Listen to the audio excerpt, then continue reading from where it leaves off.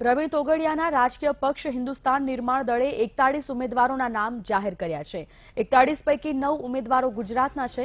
આ તકે પ્રવીણ તોગડિયાએ કહ્યું કે 12 રાજ્યોમાં હિન્દુસ્તાન નિર્માણ દળના 100થી વધુ ઉમેદવારોને ચૂંટણીના મેદાનમાં ઉતારીશું।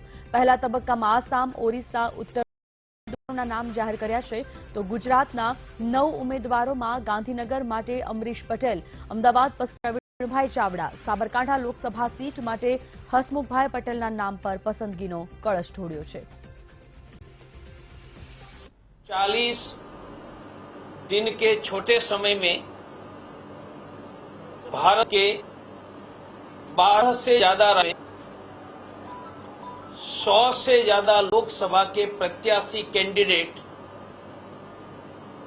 चुनाव में उतरकर लोकतंत्र के महापर्व में हिंदुस्तान निर्माण दल पानी की टंकी के चुनाव के साथ सम्मिलित होने जा रहा है।